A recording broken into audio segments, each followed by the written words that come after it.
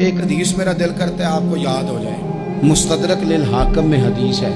حضرت انس بن مالک رضی اللہ تعالیٰ عنہ فرماتے ہیں ایک بھائی حضور کی بارگاہ میں بیٹھا رہتا تھا،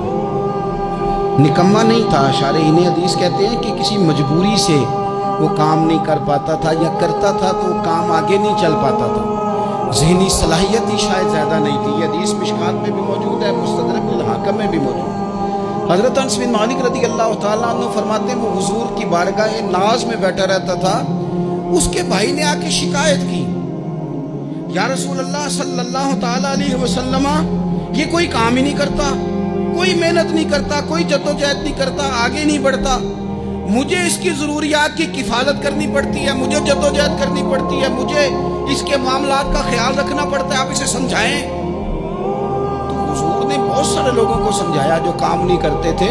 ہمیں سیاستہ میں وہ حدیث بھی ملتی ہے جس بندے کو نبی پاک صلی اللہ علیہ وسلم کہا تھا کہ تیرے پاس جو بھی گھر میں ہے لا، تو وہ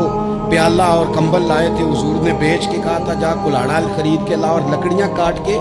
تو بیچ کے اپنا اور اپنے گھر والوں کا پیٹ پال۔ یہ ساری باتیں اپنی جگہ پر یہاں نبی پاک نے ایک روحانی مسئلے کا حل بھی بتایا۔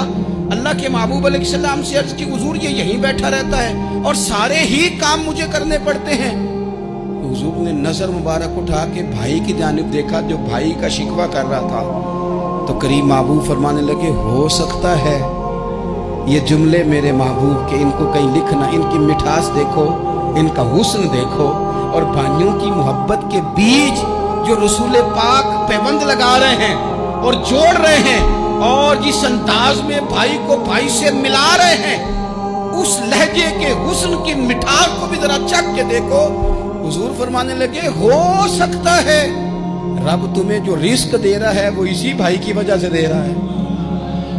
بھائی بھائیاں دے ویری ہوندے تے بھائی ہی بھائیاں دیاں باواں، او بھائی ہو سکتا ہے اس کی وجہ سے تجھے مل رہا ہو، اس کی وجہ سے۔ وہ دروازے نہ بند کریں جن دروازوں کی برکت سے روزی آتی ہے، کبھی بھی وہ کام نہ کریں جن کاموں کی اگر آپ کو کل تک برکت تھی، کل تک کام ٹھیک چل رہا تھا،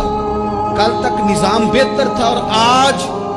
آپ کو محسوس ہوتا ہے کہ کہیں کمزوری آ گئی ہے، کہیں حالات اس طرح کے نہیں رہے، تو پھر آپ غور کریں کہ یہ ایسا تو نہیں کسی غریب کا آپ کے گھر سے رزق جاتا تھا اور آپ نے بند کر دیا،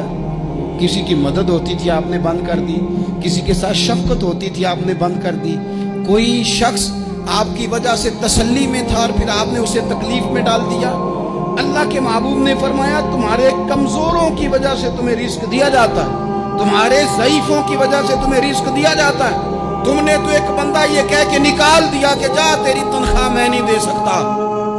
لیکن کیا پتا کہ اس کی تنخواہ کی وجہ سے ہی باقی سارا کچھ بھی آتا ہو، کیا پتا کہ اسی کے سبب سے اللہ انعام فرماتا ہو۔ لہذا ان روحانی مسائل کا بھی تھوڑا سا خیال کریں۔